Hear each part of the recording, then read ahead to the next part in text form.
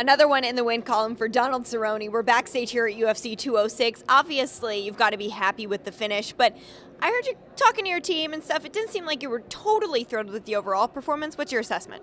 Yeah, I mean, I took some unanswered punches and didn't start and move, and I was really like on a 1-2 punch kind of deal, and weren't not deep volume punches like we've been practicing. And working with Gibson, he's a great dude, and we work a lot of deep combinations and sparring and training. But it seems like whenever I get here, I just freeze up, in the back, and we're still trying to figure it out. Don't have the recipe yet.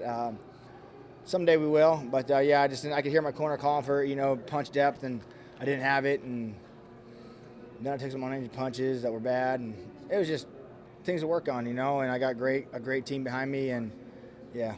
I want to talk about the team you have behind you. It seems like at the ranch you've really got a great formula to have a camp that's around you, to have people that are focused on your success as well as helping younger guys come up. How much does that affect your performances in the octagon when you've had this additional individual attention? Well, yeah, and of course you guys know I have Greg and Brandon, but I got these two guys standing right here, Jonathan Webb and Hector Munoz, and they both have families that their wives and kids understand, like, Daddy, you got to go for 8-9 weeks and live at the ranch. And it sucks to see them go away from their families, but it's also nice when we all come together like tonight and we get a W, and they get to go home and have a sweet ass Christmas now, and then we fight again in Denver, and then they get to have a sweet ass January. So, we live together, we die together, and it's cool knowing we're a family and they got me. I really feel like my team is important, and shit, I kill for them.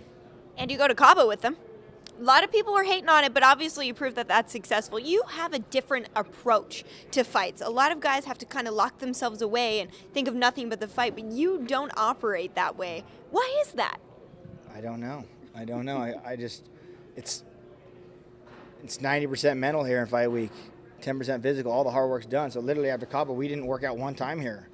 We drank beer. I mean, I can honestly say that proudly. We literally just hang out, and I don't know. It's fun. You drank beer because you're at 170 pounds. You're not cutting down to 155. I know originally when you were at 170, you talked a lot about, I'll go back and forth, but you are impressively fighting here at 170. It looks like you've made a home. Is that how you feel at welterweight?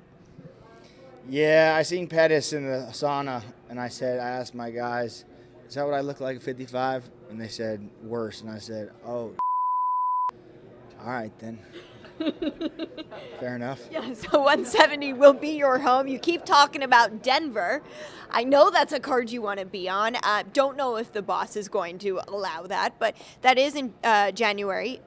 Who would you like to face? Is there a name, or you just want to fight in your hometown? Yeah, I just want to fight I don't care. It never matters to me. The who never matters. I always tell Greg, hey, we're fighting January 28th. And he goes, who? I said, I don't know, but sure we'll figure it out. Yeah. Greg Jackson is standing off camera and he's laughing, so we'll see if that actually happens. Cowboy, it is always such a pleasure to watch you perform. Looking forward to seeing you back in that octagon, maybe in Denver.